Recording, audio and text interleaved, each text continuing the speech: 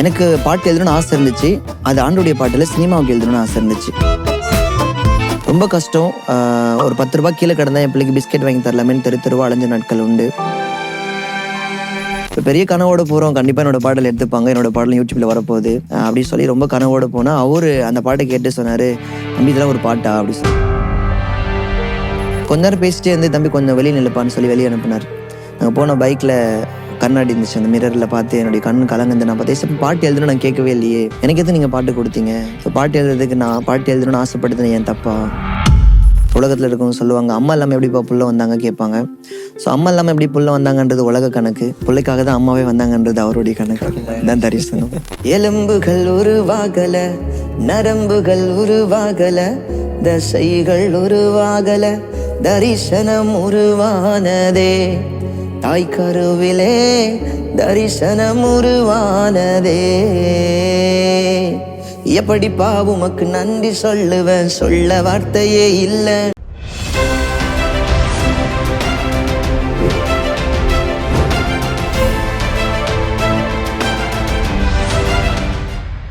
Price Lord friends, இந்த வாலிபர் உலகம் நிகழ்ச்சியின் ஆராதனையும் அனுபவமும் அப்படிங்கிற பகுதிக்கு உங்கள் யாவரையும் அன்போட வாழ்த்தி வரவேற்கிறோம். ஆராதனையும் அனுபவமும் அப்படிங்கிற இந்த நிகழ்ச்சியின் மூலமாய் ஆராதிக்கிற தேவனுடைய ஊழியர்களின் வாழ்க்கையும் அவர்களுடைய அனுபவ சாட்சிகளையும் நாம் கேட்டுக்கொண்டிருக்கிறோம். ஆண்டவர் இந்த கடைசி நாட்கள்ல ஆராதனையின் மூலம் ஒரு மாபெரும் எழுப்புதலை கட்டளையிட்டு கொண்டிருக்கிறார். ஜனங்கள் அநேக இடங்களில் கூடி கூடி தேவனை ஆராதிக்கிற நாட்கள் துவங்கி விட்டது அப்படின்னே நம்ம சொல்ல முடியும். ஏன்னா நிறைய இடங்கள்ல பார்க்கிறோம், மனமுவந்து ஆண்டவர் ஆராதிக்கிறாங்க, ஆவியோடும் உண்மையோடும் ஆராதிக்கிறாங்க, வீடுகளில் ஆராதிக்கிறாங்க. இது நிமித்தமாய் தேவனுடைய பிரசன்னம் ஒவ்வொரு இடத்துலையும் உணரப்படுகிறதையும் மகிமை விளங்குகிறதையும் நம்ம பார்க்க முடிகிறது. அநேக ஊழியர்களை ஆண்டவர் எழுப்பி வருகிறார். அவங்களோட வாழ்க்கையில அநேக சூழ்நிலையின் வழியாக ஆண்டவர் பாடலை கொடுத்து, பாடலை எழுத வச்சு, பாட வச்சு ஆண்டவர் உயர்த்தி கொண்டு வருகிறார். வேதத்துல ஒரு அருமையான வசனம் சொல்லப்பட்டிருக்கிறது. ஆபகுக் புஸ்தகம் 2வது அதிகாரம் 3வது வசனத்துல, குறித்த காலத்திற்கு தரிசனம் இன்னும் வைக்கப்பட்டிருக்கிறது, முடிவிலே அது விளங்கும், அது பொய் சொல்லாது, அது தாமதித்தாலும் அதற்கு காத்திரு, அது நிச்சயமாய் வரும், அது தாமதிப்பதில்லை என்று வேதவசனம் சொல்லப்பட்டிருக்கிறது. இந்த வசனத்தை ஏன் இன்னைக்கு வாசிச்சேன்னு தெரியுமா? இன்னைக்கு நம்ம மத்தியில ஒரு ஸ்பெஷல் கெஸ்ட் இருக்கிறாங்க. ஆண்டவர் அவங்க வாழ்க்கையில குறித்த காலத்துக்கு ஒரு தரிசனம் வச்சு அவங்களை அழகா உயர்த்தி இருக்காங்க. அவங்க மூலமா ஆண்டவருடைய நாமம் உலகம் முழுவதும் பிரஸ்தாபப்பட்டு கொண்டு வருகிறது. யாரதுன்னு யோசித்து கொண்டிருக்கிறீங்களா? என் தாய் உருவாகும் முன்னே என் கருவை கண்டீரையான்னு நம்ம ஸ்பெஷலா ஒரு பாடல் அடிக்கடி பாடுகிறோம். ஆராதனை வேளையில பாடும் பொழுதே இருதயம் உடையப்பட்டு அநேகர் கண்ணீரோடு ஒப்பு கொடுக்கறத பார்க்க முடியுதில்ல. அந்த அழகான பாடலுக்கு சொந்தக்காரர் அன்பு பாஸ்டர் ஆரோன் பாலா அவர்கள் நம்ம மத்தியில வந்திருக்கிறாங்க. அவர்களின் ஆராதனையையும் அவர்கள் அனுபவத்தையும் கேட்க போகிறோம். வாங்க நிகழ்ச்சிக்குள்ள போகலாம். பிரைஸ் லார்ட் அண்ணே. Praise Lord. ஸோ இன்னைக்கு எங்களோட ஆராதனையும் அனுபவமும் அப்படிங்கிற நிகழ்ச்சியில நீங்க வந்திருக்கிறது எங்களுக்கு ரொம்ப சந்தோஷம். எனக்கு ரொம்ப சந்தோஷம். நிச்சயமா ஆண்டவர் இந்த அழகான வாய்ப்பை எங்களுக்கு கொடுத்திருக்கிறார். இன்று ஆராதனையும் அனுபவமும் நிகழ்ச்சியின் மூலமாய் அநேக ஆராதிக்கிற தேவ ஊழியர்களோட சாட்சியை நம்ம கேட்டுக்கொண்டு வருகிறோம். இந்த கடைசி நாட்கள்ல பாத்தீங்கன்னா ஜனங்கள் ஆண்டவரை தேட தொடங்கிட்டாங்க. வசனம் சொல்லுகிறது, அந்நாட்களிலே பூமி முழுவதும் கர்த்தரை அறிகிற அறிவினால் அறியப்படும். அப்ப ஜனங்கள் எல்லாரும் இயேசப்பாவை ஏற்றுக்கொண்டு பாடல் மூலமா ஆண்டவர் ஆராதிக்கிறாங்க. புதுசா வெளியிடப்படுகிற பாடல்கள்ல கூட யூடியூப்ல என்ன கமெண்ட் வருது, நான் கிறிஸ்தவன் இல்ல, ஆனா இந்த பாட்டு எனக்கு ஆசீர்வாதமா இருக்கு, நான் இயேசு அறிந்து கொள்ளல, ஆனா இந்த பாடல் என் வாழ்க்கைக்கு ஆசீர்வாதமா இருக்குன்னு சொல்றத பார்க்க முடியுது. என்ன இப்பேற்பட்ட இந்த கடைசி நாட்கள்லயும் ஆண்டவர் உங்களை பயன்படுத்தி கொண்டு வருகிறார். ஸோ உங்களோட வாழ்க்கையின் அனுபவ சாட்சியை நாங்க கேட்க ஆசையா இருக்கோம். நீங்க சொல்லுங்களேன், இன்றைக்கு உங்களோட பாடல்களை யூடியூப்ல பார்த்துருப்பாங்க, ஜனங்கள் அந்த பாடல்களை பாடி ஆராதிக்கிறாங்க. ஆனா உங்களோட வாழ்க்கையின் சாட்சி ஒரு சிலருக்கு தெரியும். பார்த்து கொண்டிருக்கிற எங்க வாலிபர்களுக்கு, நேயர்களுக்கு உங்களோட சிறு வயது எப்படி இருந்தது எங்க கிட்ட சொல்லுங்களேன். Praise Lord. முதலாவது இந்த ஆராதனையும் அனுபவம் என்கிற இந்த நிகழ்ச்சியில் ஸோ எனக்கு வாய்ப்பு கொடுத்த, இந்த இடத்துல உட்கார வைத்த ஆண்டுக்கு நன்றி சொல்கிறேன். ஸோ அந்த எங்களுடைய சின்ன வயசு வந்து பார்த்திங்கன்னா, நாங்கள் ஏசுனா யாருன்னே தெரியாத ஒரு குடும்பத்தில் பிறந்தோம். எங்களுக்கும் ஏசுக்கும் சம்மந்தமே கிடையாது. எங்களுடைய சொந்த ஊர் வந்து கள்ளக்குறிச்சி பக்கத்தில் இருக்கிற ஒரு கிராமத்தில் நாங்கள் பிறந்தோம். என் கூட பிறந்த 2 தங்கச்சி, ஒரு தம்பி, மொத்தம் நாங்கள் 6 பேர். என்னுடைய சொந்த ஊர் வந்து கள்ளக்குறிச்சி கிராமமாக இருந்தாலும் நாங்கள் பிறக்கிறதுக்கு முன்னாடியே எங்கள் தாத்தா பாட்டியோட காலத்திலே எங்கள் அப்பா அம்மாலாம் டெல்லிக்கு போயிட்டாங்க. ஸோ அவங்க என்னுடைய தம்பி தங்கச்சிலாம் பிறந்தது வளர்ந்தது எல்லாமே டெல்லியில் தான் பிறந்தாங்க, அங்கே தான் வளர்ந்தாங்க. நானும் ஒரு 5 வயசு வரைக்கும் டெல்லியில் எங்கள் அப்பா அம்மா கூட வளர்க்கப்பட்டேன். கரெக்டாக என்னோட 5 வயசு முடிஞ்சு என்னோட 6வது வயசில் எங்கள் அம்மா வந்து என்னை பெரியம்மா வீட்டில் படிக்க வச்சுட்டு ஸ்கூலில் என்னை சேர்த்துட்டு அவங்க டெல்லிக்கு போயிட்டாங்க. நான் வளர்ந்தது, நான் படித்தது எல்லாமே என்னுடைய பெரியம்மா வீட்டில் தான். ஸோ நான் முதல்ல இயேசு பற்றி கேள்விப்பட்டது எப்போதுனா 2003. ஸோ அப்போ தான் நான் முதல்ல இந்த இயேசு அப்படின்ற பேரை நான் கேள்விப்படுறேன். கிராமத்தில் எங்கள் பெரியம்மா வீட்டில் வளர்ந்ததில் ரொம்ப கஷ்டம், சாப்பாட்டுக்கு ரொம்ப கஷ்டப்பட்டு தான் வளர்ந்தோம். ஸோ அந்த ஒரு கிராமத்தில் சண்டே கிளாஸ் டீச்சர் அவங்க வந்து அந்த ஊரில் அவங்க தான் போஸ்ட் மாஸ்டர். அவங்க வீட்டில் தான் டிவி இருக்கும். ஸோ 90s கிட்ஸ்க்குலாம் தெரியும், டிவி பார்க்குறதுக்கு எல்லார் வீட்லையுமே இருக்காது, கிராமத்தில் ஏதாவது ஒரு வீட்டில் தான் இருக்கும். ஸோ சனி ஞாயிறு வந்துச்சுன்னா அவங்க வீட்டில் தான் படம் போடுவாங்க. ஸோ அந்த டிவி பார்க்குறதுக்காகவே நாங்கள் அவங்க வீட்டுக்கு போவோம். அவங்க வீட்டில் டீ கொடுப்பாங்க. ஸோ அவங்க வீட்டில் மாடு இருக்கும். அந்த டீ வந்து சும்மா கொடுக்க மாட்டாங்க. அவங்க வீட்டில் இருக்கிற பாத்திரம்லாம் கழுவணும், வீடு பெருக்கணும், அவங்களுக்கு கையில் காலெலாம் அமைக்க விடணும். ஸோ இதெல்லாம் பண்ணால் கொஞ்சமாக அவங்க டீ கொடுப்பாங்க. ஸோ அந்த காலத்தில் டீலாம் எங்களுக்கு வந்து வேறு மாதிரி இருக்கும். ஸோ அதுக்காகவே நாங்கள் அங்கே போவோம். அப்போது அவங்க வீட்டில் இருக்க எல்லா வேலையுமே செய்வோம். அவங்க வந்து சர்ச்சுக்கு போகிறவங்க. அவங்க பேர் வந்து காந்திமதி. ஸோ அவங்க ஒரு நாள் சனிக்கிழமை அந்த மாதிரி தான் ஒரு டிவி பார்க்குறதுக்காக நான் அவங்க வீட்டுக்கு போகும்போது அங்கே முதல்ல ஆராதனை ஜப கூட்டினா என்ன அப்படின்னு சொல்லி முதல்ல என்னுடைய வாழ்க்கையில் நான் ஃபஸ்ட் டைம் பார்க்குறேன். பாஸ்டர் சேரில் உட்காந்துருக்காரு, நிறைய ஜனங்க உட்காந்து பாட்டு பாடிட்டு இருக்கிறாங்க. இயேசு மட்டும் போதும் இந்த உலகிலே, வேற என்ன வேண்டும் நமக்கு இந்த வாழ்வில். இதுதான் நான் கேட்ட முதல் கிறிஸ்தவ பாடல். ஸோ அந்த இடத்துல அப்படி கைத்தட்டி பாடும்போது நான் என்ன பண்ணேன், டிவி பார்க்கறதுக்காக போனேன். ஸோ அப்போ ஏதாவது படம் போட்டிருப்பாங்க, சனிக்கிழமை 6 மணி ஆனால் போடுவாங்க. ஸோ அந்த படம் பார்க்கறதுக்காக நான் அவங்க என்ன பண்ணுறாங்கன்னு அப்படியே எட்டி பார்த்துட்டே இருந்தேன். ஸோ ஆண்டுடைய கரம் என்னை அப்படியே எட்டி பிடித்தது. 7th படிக்கும்போது நான் முதல்ல அந்த சண்டே கிளாஸில் அந்த சின்ன கூட்டத்தின் மூலமாக நேற்று ஏற்றுக்கொண்டேன். நான் முதல்லையே எனக்கு வந்து பெரிய கனவு திருப்பதி போகணுன்னு ஒரு ஆசை. அப்போது திருப்பதியில் போனால் மொட்டை போடணும், லட்டு கொடுப்பாங்க மெயினாக. அந்த லட்டுக்காகவே நான் திருப்பதி போகணுன்னு ஆசை.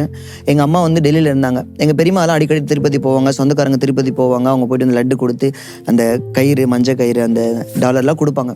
ஸோ எனக்கு ஆசை எப்படியாவது ஒரு நாள் தான் இந்த திருப்பதி போகணும், அங்கே போனால் புளிஸ் அதெல்லாம் கொடுப்பாங்கன்னு சொல்லியிருக்கிறாங்க. சாப்பாடுக்கு ரொம்ப கஷ்டப்பட்டுருக்கோம். ஸோ இதுக்காகவே திருப்பதி போகணுன்றதுக்காகவே எங்கள் அப்பா அம்மா டெல்லியிலேருந்து கிளம்பி வந்தாங்க. என்னை கூட்டிகிட்டு திருப்பதி போயிட்டு மொட்டை போட்டு கூட்டின்னு வரணும் அப்படின்னு சொல்லிட்டு.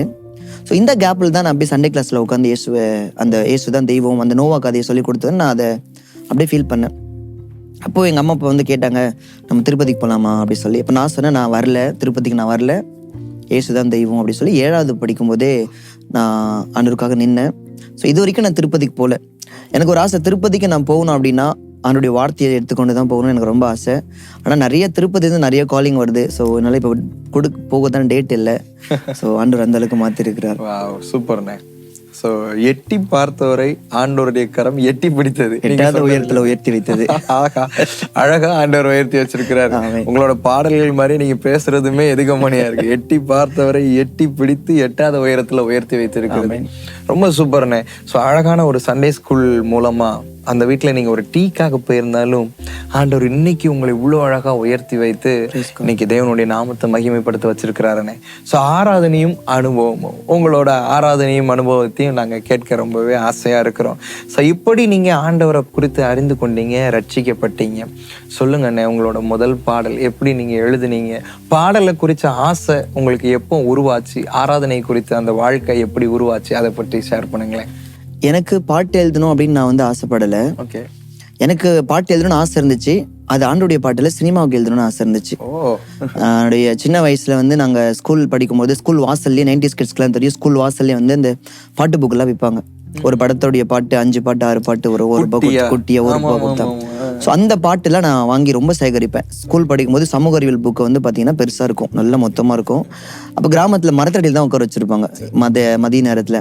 இப்போ நாங்கள் வந்து ஸ்கூலில் அந்த டீச்சர் வந்து பாடம் சொல்லி கொடுத்துட்ருப்பாங்க, நாங்கள் அந்த பாட்டு புக்கு உள்ளே வச்சு அதை மனப்பாடம் பண்ணிட்டு இருப்போம்.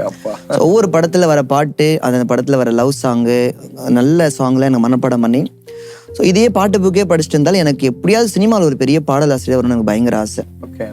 வைரமுத்து மாதிரி, நான் முத்துக்குமார், பா விஜய், இவங்களாம் சூப்பராக எழுதுவாங்க பாட்டு. ஸோ இவங்கள மாதிரி பாட்டு எழுதுன்னு எனக்கு ரொம்ப ஆசை.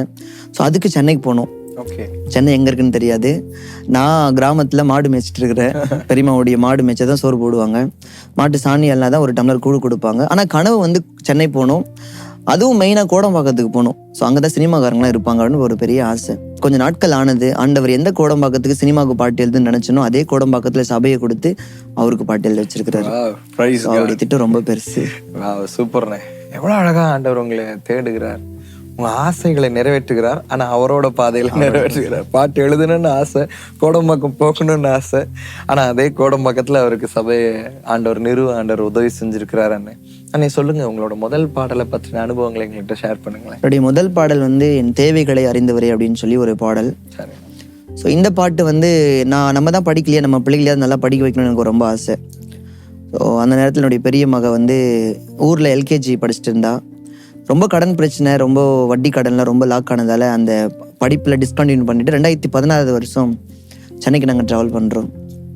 ஸோ அப்போ வரும்போது ரொம்ப சின்ன வீடு தான், 2500 ரூபாய் கோடம்பாக்கத்தில் ஒரு வீடு ஒன்று வாடகைக்கு எடுத்து அதில் எங்களுடைய வாழ்க்கையை நாங்கள் தொடங்கினோம். அப்போது நானும் என்னுடைய மகளும் முட்டி போட்டு ஜெபம் பண்ணுவோம். பெருசாக சப்போர்ட் இல்லை, ரொம்ப லாக்கு, ரொம்ப ரொம்ப ஏழ்மை, யாரும் உதவுறதுக்கு யாரும் இல்லை. எனக்கு ஒரே நம்பிக்கை ஏசப்பா மட்டும்தான். இப்போ நானும் என்னுடைய மகளும் முட்டி போட்டு ஜெபம் பண்ணும்போது, என் தேவைகளை அறிந்தவரே, என் பிள்ளைக்கு எப்படியாவது நல்ல ஸ்கூலில் படிக்க வைக்க உதவி செய்யுங்க ஏசப்பான்னு சொல்லி அப்படியே பேசின அந்த வார்த்தைகளை கர்த்தர் ராகமாக மாற்றி கொடுத்தார். ஸோ எனக்குள்ளே இருக்கிற தாகத்தை கர்த்தர் ராகமாக மாற்றி கொடுத்தார். அந்த ராகத்தை வேகமாக ஆண்டவர் வந்து ரிலீஸ் பண்ணவும் அனைவருடைய சோகத்தை மாற்றவும் கர்த்தர் பயன்படுத்துகிறார். நிச்சயமான ஆண்டவர் உங்களுக்கு இருக்கிற தாகத்தை ராகமா மாத்தி சோகத்தை மாற்ற ஆண்டவர் கருவியா பயன்படுத்துறாரு. எவ்வளவு அருமையான ஒரு பாடல் இல்ல? நிச்சயமா இந்த நிகழ்ச்சியை பார்த்துட்டு இருக்கிற ஒரு சிலர் கூட தேவைகளோட இருக்கலாம். கண்டிப்பா அந்த பாடல் ஒரு சில வரிகள் பாடுங்களேன். என் தேவைகளை அறிந்தவர், என் வழிகளையும் அறிந்தவரே, உம் கண் முன்பாக என்னை வைத்தவர், என் கண்ணீரையும் துடைப்பவரே, எப்படிப்பா நன்றி சொல்லுவே, உயிருள்ளவரை உம்மை துதிப்பே, எப்படிப்பா நன்றி சொல்லுவே, உயிருள்ளவரை உம்மை துதிப்பே, என் தேவைகளை அறிந்தவர், என் வழிகளையும் அறிந்தவரே. வாவ், சூப்பர் அண்ணே. ஸோ ஆண்டவர் அழகா உங்கள் தேவைகளையும் உங்க வலிகளையும் அறிஞ்சு அந்த அப்பேற்பட்ட சூழ்நிலையில இந்த மாதிரி பாடலை ஆண்டவர் தந்திருக்கிறார். ரொம்ப பெரிய விஷயம். ஸோ பாடல்களை வெளியிடும் போது நிச்சயமா ஒவ்வொருத்தரும் சாதாரணமா ஒரு பாடலை வெளியிட முடியாது. ஏன்னா இந்த ஆராதனையும் அனுபவம் நிகழ்ச்சியில ஒரு சில பேர் சொல்லும்போது சொல்லியிருக்கிறாங்க, அந்த பாடலை வெளியிட அவ்வளோ போராட்டம் இருக்கும். சூழ்நிலைகளை கடந்து ஒரு பாடல் வெளிவரும். உங்க முதல் பாடலுக்கு அப்படி ஏதாவது சம்பவம் நடந்ததானே? நாங்கள் வந்து இந்த முதல் பாடல் வந்து 2018 வருஷத்துல எழுதினேன். சரி அண்ணா. ஸோ அந்த டைம் வந்து இந்த சிடிலாம் க்ளோஸ் ஆகிற டைம். அப்போ வந்து ஒரு ஆல்பம் மாதிரி 10 சாங் போடுவோம், 10 சாங் ஒரு சிடியில் இருக்கும். அந்த டைம் தான் யூடியூப் வந்து ரொம்ப பிரபலமாக ஆரம்பிச்சிச்சு. அப்போ நிறைய மார்க்கெட்டிங் கம்பெனி வந்து இந்த மாதிரி பாடல் வரவங்க ஆர்டிஸ்டோடைய பாடலை வாங்கி அவங்க வந்து ப்ரொமோட் பண்ணி அவங்க இது பண்ணுவாங்க. ஸோ அந்த மாதிரி இந்த பாடலை நான் ரெக்கார்ட் பண்ணி ஒரு பெரிய கனவோடு கோடம்பாக்கத்தில் இருக்கிற ஒரு பெரிய மார்க்கெட்டிங் கம்பெனி. ஸோ அவங்களை எப்படி அப்ரோச் பண்ணுறதுன்னு தெரியல. அவங்க பெரிய இடம், ஸோ நம்மளுடைய பாட்டெலாம் எடுப்பாங்களா, அந்தளவுக்கு என்னுடைய பாட்டு மியூசிக் அந்தளவுக்கு ஒருத்தம் இல்லை, ரொம்ப சிம்பிளாக பண்ண ஒரு பாடல். அப்போது கூட தெரிஞ்ச ஒரு பாஸ்டர் சொன்னார், எனக்கு அந்த ஓனர் தெரியும், ஸோ நான் ரெக்கமெண்ட் பண்ணால் கண்டிப்பாக எடுத்துப்பாங்க உங்களுடைய பாடலை அப்படி சொல்லி அவர் அவங்க பைக்கில் உட்காரச்சு கூட்டின்னு போகிறார். ஒரு பெரிய கனவோடு போகிறோம், கண்டிப்பாக என்னோடய பாடல் எடுத்துப்பாங்க, என்னோடய பாடல் யூடியூப்பில் வரப்போகுது அப்படி சொல்லி ரொம்ப கனவோடு போனால் அவர் அந்த பாட்டை கேட்டு சொன்னார், தம்பி இதெல்லாம் ஒரு பாட்டா அப்படி சொல்லி. ஸோ இவர் கூட வந்ததால் தான் நான் அவனை உட்கார வச்சு பேசுகிறேன், இல்லைன்னா நான் அவனை உள்ளே சேர்த்துருக்க மாட்டேன் அப்படின்னு எப்படியே பேசினார். ஸோ தனியாக அவமானப்படுத்தியிருந்தாலும் அவமானப்பட்டிருக்கலாம், கூட பாஸ்டர் முன்னாடி அவமானப்படுத்தினோடனே எனக்கு என்ன பண்ணுறதுன்னு தெரில. ஸோ பல நேரங்களில் நம்ம முன்னாடி வந்து அவமானப்பட்டுருவோம். ஸோ அந்த அவமானத்தை சமாளிக்கிறதுக்கு என்ன பண்ணுறதுன்னு தெரியாமல் ஒரு சின்னதாக ஒரு சிரிப்பு ஒன்று நம்ம சிரிப்போம். அந்த சிரிப்புக்குள்ளே ஒரு வலி மறைஞ்சிருக்கும். கொஞ்ச நேரம் பேசிட்டே இருந்து தம்பி கொஞ்சம் வெளியே நிலைப்பான்னு சொல்லி வெளியே அனுப்பினார். நாங்கள் போன பைக்கில் கண்ணாடி இருந்துச்சு, அந்த மிரரில் பார்த்து என்னுடைய கண் கலங்கந்து நான் பார்த்தேன், பாட்டு எழுதணும் நான் கேட்கவே இல்லையே, எனக்கு எது நீங்கள் பாட்டு கொடுத்தீங்க, ஸோ பாட்டு எழுதுறதுக்கு நான் பாட்டு எழுதணும்னு ஆசைப்படுதுன்னு என் தப்பா, ஸோ எனக்கு நான் அதுக்கப்புறம் பாட்டு எழுத மாட்டேன், எனக்கு வேணாம் அப்படி சொல்லி நான் அப்பவே பேசினேன். ஆனால் அதே கோடம்பாக்கத்தில் கர்த்தர் உயர்த்தி வச்சிருக்கிறார். அவர் உண்மையுள்ள தேவன். ஆமென். ஏன்னா அவருடைய தம்முடைய ஊழியக்காரர்களுக்கு வார்த்தையினால சொன்னதை கரத்தினால நிறைவேற்றுகிறது. உங்க வாழ்க்கையை பார்க்கும்போது உண்மையில ஆண்டவருடைய கிரியையை பார்க்க முடியுது. ஏன்னா வெட்கங்களும் வேதனைகளும் கடைசியில ஆண்டவருடைய மகிமைக்காக அப்படின்னு. ஏன்னா ஒருவேளை இன்னைக்கு கூட இப்படி ஆசைப்படுகிற ஒரு சிலர் இப்படி இருக்கலாம், இந்த பாதையை கடந்து போயிட்டு இருக்க ஒரு சிலர் இருக்கலாம், வேதனையோட கண்ணீரோட இந்த நிகழ்ச்சியை பார்த்து கொண்டு இருக்கலாம். உங்களோட சாட்சி நிச்சயமா அவங்களுக்கு யூஸ்ஃபுல்லா இருக்க போது, அவங்களையும் ஆண்டவர் உயர்த்த போகிறார். ஆமென். ஆனா சொல்லுங்க அண்ணே, ஸோ இப்படி ஆண்டவர் உங்களை அழகா உங்கள் பாடல்கள் எல்லாம் வெளிவரதற்கு ஆண்டவர் உதவி செய்தார். பல விதமான பாடுகள்ல இருந்து உங்களை தாண்டி வர உதவி செய்தார். இப்போ சமீபமா அநேகர் பாடுகிற உங்களோட பாடல் வந்து என் தாய் உருவாகும் முன்னே என் கருவை கண்டீரையான்னு. இந்த பாடல் எனக்குமே பர்சனலா ரொம்ப ஒரு டச்சிங்கான ஒரு பாடல். ஏன்னா நானும் ஆராதனை நடத்தும் போது சில வேளைகளில் கண்ணீரோட இந்த பாடல் நடத்துறது உண்டு. என்னோட வாழ்க்கையில அது குறித்த சாட்சிகள் உண்டு. அப்போ ஒரு தாய் உருவாகிறதுக்கு முன்னாடியே இல்லை நம்மளோட கருவை ஆண்டவர் பார்க்குறாரு. நான் யாரு, நான் எப்படி வளருவேன், நான் உருவாவேன் அப்படிங்கிறத கர்த்தர் பார்த்துருக்கிறாரு. அப்படி எலும்புகள் உருவாகலை, நரம்புகள். ரொம்ப அருமையான பாட்டுங்க. இந்த பாட்டை நீங்க எப்படி எழுதுனீங்க, எப்படிப்பட்ட சுச்சுவேஷன்ல அதை எழுதுனீங்க எங்களோட சொல்லுங்களேன். ஸோ இந்த பாட்டு வந்து நான் எழுதின நாள் வந்து 2023 ஜனவரி மாதம் 28 ஒரு 3:50 4 மணிக்குள்ளே இந்த கேப்பில் நான் ஜெபிக்கிறதுக்காக என்னுடைய சர்ச்சுக்கு போனேன். ஸோ அப்போ நிறைய கேள்வி மனசில் என்னென்னா, நான் ஒருவேளை கிறிஸ்தவ குடும்பத்தில் பிறந்திருந்தா, இல்லை எங்கள் அம்மா சர்ச்சுக்கு போகிறவங்களா இருந்தால் அவங்க வயிற்றுல பிறந்தேன்னா சர்ச்சுக்கு போய் பைபிளை தூக்கி ஆண்டவருக்காக ஊழியம் செய்யறதுல ஒரு நியாயம் இருக்குது. எங்கள் தாத்தா பாட்டி இயேசுவை ஏற்றுக்கல, எங்கள் அப்பா அம்மா இன்னும் ரட்சிக்கப்படாமல் தான் இருக்கிறாங்க. இப்போ அவங்க வயிற்றுல பிறந்த என்னை எப்படி ஆண்டவரை நீங்கள் ஊழியக்காரனை செலக்ட் பண்ணீங்க அப்படின்னு ஒரு மனசில் ஒரு கேள்வி. இன்னொன்று வந்து எனக்கு 2 பெண் பிள்ளைகள், எனக்கு 3ஆவது ஒரு பையன் பிறந்தா நல்லா இருக்குமேன்னு சொல்லி ரொம்ப பிரயாசப்பட்டு ரொம்ப ஜெபிச்சு ஆண்டவர்கிட்ட அண்ணா அம்மா ஜெபம் பண்ணாங்க. ஆண்டவரே நீங்கள் ஒரு அழகான ஆண் குழந்தை கொடுத்தா உயிரோடு இருக்க வரைக்கும் உங்களுக்கே கொடுத்துட்றேன்னு சொல்லி. ஸோ அந்த ஜெபத்தை கேட்டு ஆண்டவர் என்ன பண்ணாரு, ஆண் குழந்தை கொடுத்தாரு. அதே மாதிரி நாங்களும் ஜெபம் பண்ண வச்சப்போ, அண்ணாளுக்கு நீங்கள் கொடுத்தீங்களே, இன்னால நாங்கள் ஜெபம் பண்ணுறோம், எங்களுக்கு ஒரு ஆண் குழந்தை கொடுத்தீங்கன்னா, ஏற்கனவே 2 பெண் பிள்ளைகள் இருக்காங்க, 3ஆவது ஒரு ஆண் குழந்தை கொடுத்தீங்கன்னா உங்களுக்கு உயிரோடு இருக்க வரைக்கும் உங்கள்கிட்டே கொடுத்துருவேன் சப்பா. சரி, இப்போ பெண் குழந்தை கொடுத்தா யாருக்கிட்டப்பா கொடுப்பா அப்படின்னு கேட்ட மாதிரி இருந்துச்சு.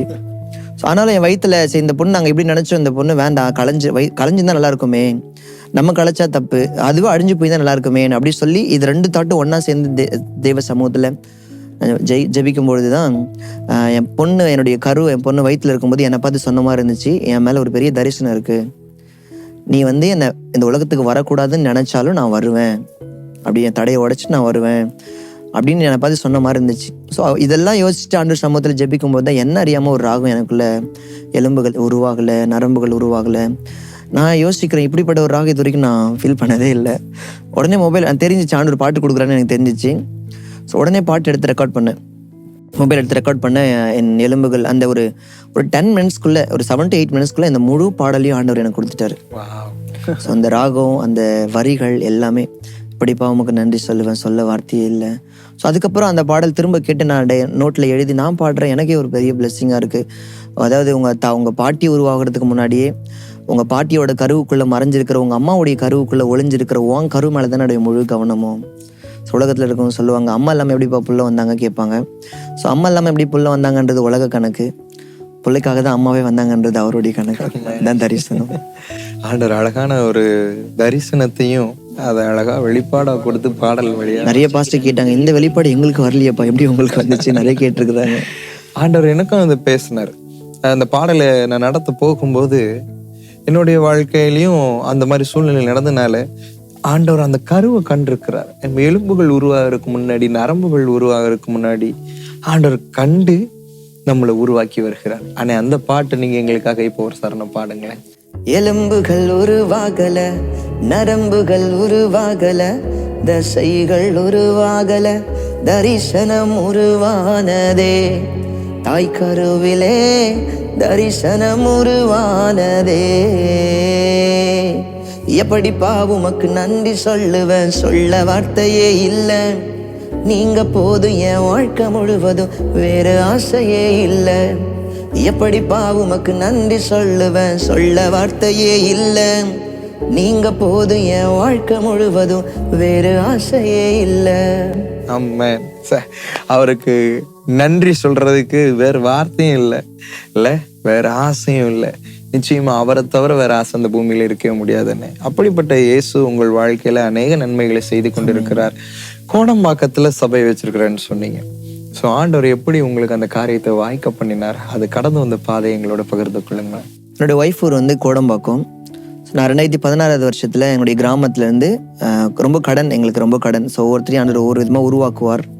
அப்போது கடனில் எப்படி சமாளிக்கிறதுன்னு தெரியாமல் நானுடைய மனைவி பிள்ளைங்களாம் 2016 செப்டம்பர் மாதம் போட்டுருக்கிற அதே ட்ரெஸ்ஸோடு கூட எங்கள் ஊர்லேருந்து நாங்கள் சென்னைக்கு ட்ராவல் பண்ணுறோம். சென்னைக்கு ட்ராவல் பண்ணி டி நகரில் நிறைய கடைகளில் ஏறி இறங்கி எனக்கு ஏதாவது ஒரு வேலை கொடுப்பீங்களான்னு சொல்லி நிறைய கடைகளை நான் கேட்டிருக்கிறேன். எந்த கடையிலுமே எனக்கு வேலை கொடுக்கல. ஏன்னா இப்போ படிச்சிருக்கிறேன், 9th தான் படிச்சிருக்கிறேன், அதனால கொடுக்கல. ஸோ கடைசியாக வந்து ஹைதராபாத் பிரியாணி ஒரு கடை இருக்குது, அந்த ஹோட்டலில் சப்ளையராக வேலைக்கு சேர்த்தாங்க. ஒரு நாளைக்கு 250 ரூபா சம்பளம் கொடுத்தாங்க. ஸோ அப்படி தான் எங்களுடைய வாழ்க்கையை நாங்கள் கோடம்பாக்கத்தில் தொடங்கணும். ரொம்ப கஷ்டம். ஒரு 10 ரூபா கீழே கிடந்தா என் பிள்ளைக்கு பிஸ்கெட் வாங்கி தரலாமேன்னு தெருவா அலைஞ்ச நாட்கள் உண்டு. ஸோ இதன் மத்தியில் என்கிட்ட வந்து ஒரு பாரம் இருந்துச்சு, ஏசுக்காக ஏதாவது ஒன்று செய்யணுன்ற ஒரு வாஞ்சை இருந்துச்சு. ஸோ இன்றைக்கி நான் ஸ்டேஜில் பிரசங்கம் பண்ணுறேன். ஆனால் இதுக்கு ஸ்டேஜ்லாம் கிடைக்கிறதுக்கு முன்னாடி நான் தெருவில் போய் பிரசங்கம் பண்ணுவேன். ஞாயிற்றுக்கிழமை ஒரு நாள் தான் எனக்கு லீவு. ஸோ அந்த ஞாயிற்றுக்கிழமை சர்ச்சுக்கு போயிட்டு வந்துட்டு என் மனைவி பிள்ளைகளை வீட்டில் விட்டுட்டு ஒரு சைக்கிள் இருந்துச்சு, என்னோட மாமியார் வாங்கி கொடுத்தாங்க 1000 ரூபாய்க்கு அந்த சைக்கிளை எடுத்துகிட்டு நிறையா தெருவில் போய் நின்று இயேசுடைய அன்பை பற்றி பாட்டு பாடி சொல்லுவேன், டான்ஸ் ஆடுவோம் தெருவில். ஸோ பைத்தியக்காரத்தனமாக ஆண்டவரை நாங்கள் பாடுவோம். நான் ஆராதிக்கிறதுல ஒரு பைத்தியக்காரன். ஸோ ஆண்டவரை ஆராதிச்சிட்டே இருப்பேன், ஆண்டவரை துதிச்சிட்டே இருப்பேன். 24/7 ஆண்டவரை உயர்த்திட்டே இருப்பேன். நிறைய பேர் என்னை பற்றி என்னடா பைத்தியமா அப்படின்னு சொல்லி கேட்டிருக்கிறாங்க. நான் அடிக்கடி சொல்லுவேன், தாவீதுக்கும் ஆரோன் பலக்கும் போட்டி வச்சு ஆரோன் பல தான் ஜெயிப்பேன் ஆராதிக்கிறதுல. நிச்சயமா அந்த அளவுக்கு ஆண்டவர் உங்களை பைத்தியக்காரத்தனமா ஆண்டவர் ஆராதிக்க வச்சிருக்காரு. பவுல் சொல்றது போல நான் ஒரு பாட்டு எழுதிருக்கேன், இதயம் துடிக்க மறந்தால் அதுதான் கடைசி நிமிடம், நான் உங்களை துதிக்க மறந்துட்டேன் அந்த நாள் என்னுடைய மரணம் அப்படி சொல்லி ஒரு பாட்டு ரிலீஸ் பண்ணியிருக்கிறேன். இந்த சூழ்நிலையில ஆண்டவர் எப்படி சபையை நம்மளுக்கு கொடுத்தாரு? அப்போதான் சின்னதாக ஒரு மீட்டிங் ஆரம்பிக்கும் பொழுது, அப்போது அந்த ஊர்லேருந்து வரும்போது ஆண்டவர் சொன்னார், நீ எதை இழந்தியோ அதை நான் இங்கே கொடுப்பேன் அப்படி சொல்லி சொன்னார். என்னுடைய ஊரில் நான் வச்ச இந்த மொபைல் கடை பேர் வந்து ஒமேகா மொபைல் ஷாப். ஸோ இங்கே சென்னையில் வந்து எனக்கு ஒமேகா அப்படின்ற ஒரு ஊழியத்தை கத்தர் கொடுத்துறார். எப்படி ஆரம்பிச்சதுன்னா, ஒரு சின்னதாக ஆகஸ்ட் 8ஆம் தேதி 2018 வருஷத்தில் ஒரு சின்னதாக ஒரு வீட்டில் ஒரு ப்ரேயர் கூட்டம் மாதிரி ஆரம்பித்தோம். ஸோ அந்த சின்னதாக ஒரு ப்ரேயர் கூட்டம் தான் இன்றைக்கி ஒரு பெரிய ஊழியமாக மாறி இருக்குது. ஒரு சபையை கத்தர் கொடுத்துருக்கிறார். ஸோ நாங்கள் ஆசைப்படவே இல்லை ஊழியம் செய்யணும், பாட்டு எழுதணும், பாஸ்டராக வரணும்னு ஆசைப்படவே இல்லை. ஆனால் பரலோகம் ஆசைப்பட்டுருக்குது. ஒரு மெசேஜில் சொல்லுவேன், டாக்டர் ஆகணும்னா நீங்கள் முடிவு பண்ணலாம், டீச்சர் ஆகணும்னா நீங்கள் முடிவு பண்ணலாம், இல்லை பெரிய பிஸ்னஸ் மேன் ஆகணும்னா நீங்கள் முடிவு பண்ணலாம், ஊழியக்காரராக வரணும்னா அவர் தான் முடிவு பண்ணணும். ஸோ அவர் முடிவு பண்ணியிருக்கிறாரு.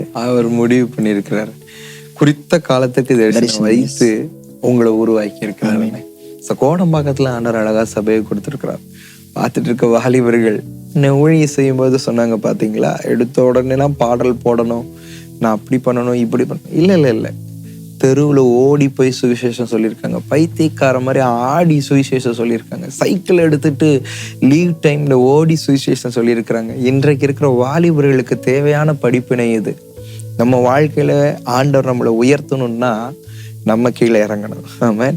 அன்னை செஞ்ச ஊழியத்தெல்லாம் ஆண்டவர் பார்த்து அந்த கோடம்பாக்கத்துல அழகா ஆண்டவர் ஒரு சபையை கொடுத்து உருவாக்கி இருக்கிறார். ஏசு விடுவிக்கிறார் ஊழியமும் ஒன்று ஜெப ஊழியத்துல இருந்தான் ஆரம்பிச்சது. திண்ணையில மோகன் அங்கிள் வந்து ஜெபம் பண்ணும்போது ஜெபிச்சு ஒரு சிறு குழுவா இருந்து இன்னைக்கு ஆலமரமா உருவாக்கி இருக்கிறாரு. கோடம்பாக்கத்துல உள்ள சின்ன அவங்க ஜெப குழுவா ஆண்டவர் இன்னைக்கு சபையா உருவாக்கி இருக்கிறாரு. இல்ல ஒமேகா ஊழியங்கள் மூலமா இன்றைக்கு இன்னும் அதை ஆண்டவர் ஆலமரமா பெருக செய்ய போகிறாரு. ஸோ இன்னைக்கு வாலிபர்கள் மத்தியில ஆராதனை குறித்த சில வாலிபர்களுக்கு ஒரு தவறான அபிப்பிராயம் இருக்கு. ஏன்னா இது ஒரு கடைசி காலம், ஒரு சோசியல் மீடியா மோகம் உள்ள ஒரு காலம். அப்போ வாலிபர்கள் வந்து சோசியல் மீடியால நம்ம ஏதாவது போட்டா பிரபலமாகலாமா அப்படின்னு ஒரு ஆசை. அப்போ இன்ஸ்டாகிராம்லயோ ஃபேஸ்புக்லயோ ஏதோ ஒரு வீடியோ போடுவோமா, பாட்டு போடுவோமான்னு பிரயாசப்படுகிறாங்க. இது நான் பொதுவா எல்லா ஊழியக்காரங்கிட்டையும் கேட்கிற கேள்வி, அதனால உங்ககிட்டையும் கேட்கிறேன். ஸோ ஆண்டவர் ஆராதிக்கிற ஊழியர்களை வித்தியாசமா உருவாக்குறார். பாடல் எழுதுற ஒவ்வொரு ஊழியக்காரங்கிட்டையும் கேட்கும்போது அந்த பாட்டுக்கு பின்னாடி ஒரு வலி இருக்கு, கண்டிப்பா அதுக்கு பின்னாடி ஒரு பாதை இருக்கு. அந்த இப்ப நீங்க சொன்னீங்க இல்லையா, கடன்கள் வழியா நடத்தி ஊழியத்துக்கு கொண்டு வந்தாரு, இல்ல ஓடி ஓடி ஊழியம் செய்ய வச்சு ஆலயத்தை கொடுத்தாரு. இப்படியெல்லாம் ஆண்டவர் உங்களுக்கு கொடுத்து பிள்ளையை குறிச்ச காரியத்தை பேசி தரிசனத்தை குறித்து பாடலை கொடுத்தாரு. இன்றைக்கு இதை பார்த்து கொண்டிருக்க வாலிபர்களுக்கு நீங்க என்ன சொல்ல விரும்புறீங்க? அவங்க எப்படி ஆண்டவரை ஆராதிக்கணும் அப்படின்னு உங்களோட ஆலோசனை என்ன சொல்ல விரும்புறீங்க? என்ன ஸோ ஆராதிக்கிறது வந்து இதயம் சம்பந்தப்பட்ட ஒரு விஷயம். ஸோ மனுஷ முகத்தை பார்க்குறான், கர்த்தர் இருதயங்களை பார்க்கிறார். ஸோ நான் எப்படி ஆராதிப்பேன் அப்படின்னா, என்னுடைய பக்கத்தில் இருக்கவங்க என்னை பார்த்து பைத்தியமாக நினைக்கணும் அப்படின்ற அளவுக்கு ஆராதிப்பேன். ஸோ ரொம்ப சத்தமாக என்னுடைய கழுத்து நரம்பெல்லாம் வெளியில் வர அளவுக்கு நான் கர்த்தரை உயர்த்தி ஆராதிப்பேன். இது வந்து கூட்டத்தில் மட்டுமல்ல, நான் என்னுடைய தனி ஜெபத்துலேயும் நான் அதிகமாக தெய்வ சமூகத்தில் நல்லா ஆராதிச்சிட்டே இருப்பேன். நிறைய அந்த உயிர் வாழ் நாட்கள் எல்லாம் ஓடி ஓடி உடைத்திருவேன். இந்த பாடலை அதிகமாக பாடி ஆராதிச்சிட்டே இருப்பேன். ஸோ ஆராதிக்கிறவங்களுக்கு நான் சொல்லுது என்னென்னா, ஸோ அந்த ரங்கத்தில் நம்ம ஆராதிக்கும் பொழுது ஸோ அந்த ஆராதனை ஆண்டவர் வந்து அநேகரை விடுவிக்கிற ஒரு கருவியாய், ஒரு பாத்திரமாய் கர்த்தர் நிச்சயமாய் மாற்றுவார். அங்கே சாத்ராக் மேஷாக் ஆபேத்நேகோ சொல்றது போல, நாங்கள் ஆராதிக்கிற எங்கள் தேவன் எங்களை தப்புவிக்க ஒரு வல்லமை உள்ளவராக இருக்கிறார். ஸோ முதல்ல நம்ம ஆராதிக்கிற தேவன் யாருன்னு நமக்கு தெரிஞ்சிருக்கணும். ஸோ அவர்கிட்ட என்ன வல்லமை இருக்குது, அவர் எப்படிப்பட்டவர், ஆராதனை எப்படிலாம் விரும்புவார், ஆராதனையில் எந்த அளவுக்கு பிரியப்படுவார். ஸோ ஆராதனை குறித்து ஒரு தெளிவான ஒரு நமக்கு ஒரு வெளிப்பாடு இருந்துச்சுன்னா கண்டிப்பாக நம்ம ஃபேமஸ் ஆகணுன்றதுக்காக ஆராதிக்க மாட்டோம். ஆமாம். ஸோ அவர் எங்களை தப்புவிக்க வல்லமை உள்ளவராக இருக்கிறார். தப்புவிக்காமல் போனாலும் நாங்கள் அவர் ஆராதிக்கிறோம். ஏதாவது ஒரு சாங்கை போட்டு நம்ம ஃபேமஸ் ஆகலாம், போட்ட உடனே மில்லியன் சாங் வந்துடணும், மில்லியன் வியூஸ் வந்துடணும், ட்ரெண்ட் ஆகிடணும் அப்படி சொல்லி, அது எல்லா துறையிலுமே இருக்கிற மாதிரி கிறிஸ்தவ துறையிலும் ஒரு மோகம் இருக்கிறது. ஸோ அப்படி இல்லாமல் என்னுடைய வாழ்க்கை இயேசுவை ஃபேமஸ் ஆகணும். நான் ஃபேமஸ்ன்னு நினச்சாவே அது டேமேஜ்ன்னு நான் சொல்லுவேன். சூப்பர் அண்ணே. கேட்டிங்களா வாலிபர்களே? நான் ஃபேமஸ்ன்னு நினச்சாலே அது ஒரு டேமேஜ். அண்ணா அழகாக சொன்னாங்க. பாஸ்டர் அவங்களுடைய வாழ்க்கையில் சிறு வயதுலேருந்து ஆண்டவர் தெரிந்தெடுத்து அவங்க இன்னைக்கு ஊழியத்தில் நிற்கிறாங்கன்னா அது அவர்களால் உண்டானது அல்ல. கர்த்தர் தெரிந்தெடுத்தார், கர்த்தர் உயர்த்தினார். கர்த்தருடைய நாமம் அவர்கள் மூலமாய் மகிமைப்பட்டு கொண்டிருக்கிறது. இன்றைக்கு இந்த ஆராதனையும் அனுபவமும் பார்த்து கொண்டிருக்கிற ஆராதிக்கிற வாலிபர்களா நீங்கள் உங்க வாழ்க்கையில நீங்க ஆண்டவருக்கு ஒப்பு கொடுக்கணும். என்ன சொன்னாங்களே? ஸோ உங்களோட வாழ்க்கையில உயர்வோ தாழ்வோ இல்லை, ஆண்டவரனை ஆசிர்வதிச்சாலும் ஆசிர்வதிக்காட்டினாலும் ஆண்டவரை துதிப்பேன். எந்த சூழ்நிலையிலும் நான் துதிப்பேன். தாவீது அதுதான் சொல்லுகிறார். எந்த சூழ்நிலையும் நீங்க ஆண்டவரை துதிக்கும் பொழுது ஆண்டவருடைய நாமம் மகிமைப்படும். ஆண்டவருடைய நாமம் மகிமைப்படும் போது ஆட்டோமேட்டிக்கா ஆண்டவர் உங்களுடைய பெயரை கீர்த்தியும் புகழ்ச்சியுமாய் அவர் மாற்றுவார். இன்றைக்கு பாஸ்டர் நம்ம மத்தியில் ஆண்டவர் கொண்டு வந்து எவ்வளவு அழகா உயர்த்தி வச்சிருக்கிறார் இல்லையா? உங்களையும் ஆண்டவர் நிச்சயமாய் உயர்த்துவார். ஓகே பாஸ்டர், இன்னைக்கு தாகத்தோடு நிறைய வாலிபர்கள் இதை பார்த்து கொண்டு இருக்கிறாங்க. அவங்களுக்காக நீங்க ஒரு சின்ன ஜெபம் பண்ணுவீங்களா? கண்டிப்பா. ஆண்டவரே, உமக்கு நாங்கள் நன்றி செலுத்துக்கிறேன். இயேசு நாமத்தினால இதை பார்த்து கொண்டிருக்கிற ஒவ்வொரு வாலிப பிள்ளைகளையும் உங்கள் அன்பு கருத்தில் ஒப்பு கொடுக்குறேன். சப்பா, இது எழுப்புதலின் காலம், இது வாலிபர்களின் காலம். ஆண்டவரே, உம்முடைய ராஜ்யத்தை கட்டும்படி, உம்மை ஆராதிக்கும்படி ஆராதனை மூலமாக ஒரு எழுப்புதல் நீங்கள் கொண்டு வந்திருக்கிறீங்க. பாடல்கள் மூலிமா அநேகர் ஆண்டவரை தொடப்பட்டு கொண்டிருக்கிறாங்க.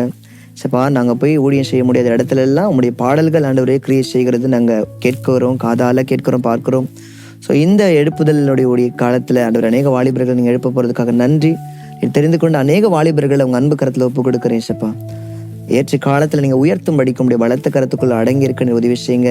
ஏற்கனவே வாச்சது போல குறித்த காலத்திற்கு தரிசனம் என்ன வைக்கப்பட்டிருக்கிறது, முடிவுள்ளது விளங்கும், அது பொய் சொல்லாது, அது தாமதித்தாலும் அதுக்கு நிச்சயம் காத்துரு, அது நிறைவேறும் என்று சொன்ன வார்த்தையின்படியே இப்படின்னு செய்ய போறதுக்காக நன்றி செலுத்துகிறேன். ஆசீர்வதிக்கிறேன் இயேசு நாமத்தில் பிதாவே, ஆமென். Thank you pastor. இன்னைக்கு உங்களோட சாட்சி எங்களோட பகிர்ந்து கொண்டதுக்கு நிச்சயமா அநேக வாலிபர்களுக்கும் பெரியவர்களுக்குமே இது பயனுள்ளதா அமைந்திருக்கும். தொடர்ந்து நாங்களும் உங்களுக்காக ஜெபிக்கிறோம். என்ன வாலிபர்களே, இன்றைக்கு நிகழ்ச்சி உங்களுக்கு ஆசீர்வாதமா இருந்ததா? பாஸ்டரோட சாட்சி இன்னும் நிறைய உண்டு. ஆனாலும் இப்போ சொன்ன இந்த சாட்சி உங்களுக்கு நல்லா உணர்த்தப்பட்டிருக்கும்னு நாங்க விசுவாசிக்கிறோம். நீங்களும் ஆண்டவரை ஆராதிங்க. ஆண்டவரை ஆராதிக்கும் பொழுது பொது இடத்துலயோ மக்கள் முன்பையோ ஸ்டேஜோ இல்ல உங்க தனிப்பட்ட ரூம்ல ஆராதிங்க. கதவை பூட்டி கொண்டு அந்த இடத்துல ஆராதிங்க. நீங்களும் இயேசுவும் அந்த ஆராதிக்கிற இடத்துல இருக்கணும். அவர் உங்களை பார்க்கணும். ஒரு அப்பாவை பார்த்து பிள்ளை கூப்பிடுகிறது போல, அன்பா கொஞ்சுகிறது போல உங்களோட ஆராதனை இருக்கும்போதே அவர் உங்களை இறங்குவார், பரிசுத்த ஆவியினால நிரப்புவார், உங்களையும் அநேகருக்கு சாட்சிகளாக ஆண்டவர் பயன்படுத்துவார். ஸோ இந்த ஆராதனையும் அனுபவமும் நிகழ்ச்சி உங்களுக்கு ஆசீர்வாதமாக இருந்திருக்கும் என்று நாங்கள் நிச்சயமாய் விசுவாசிக்கிறோம்.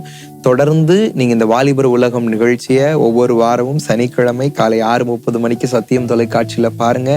மீண்டும் இதே போல ஒரு சுவாரஸ்யமான நிகழ்ச்சியில உங்களை சந்திக்கிறோம். அதுவரை தேவனுடைய கிருபை உங்களோடு இருப்பதாக. ஆமென்.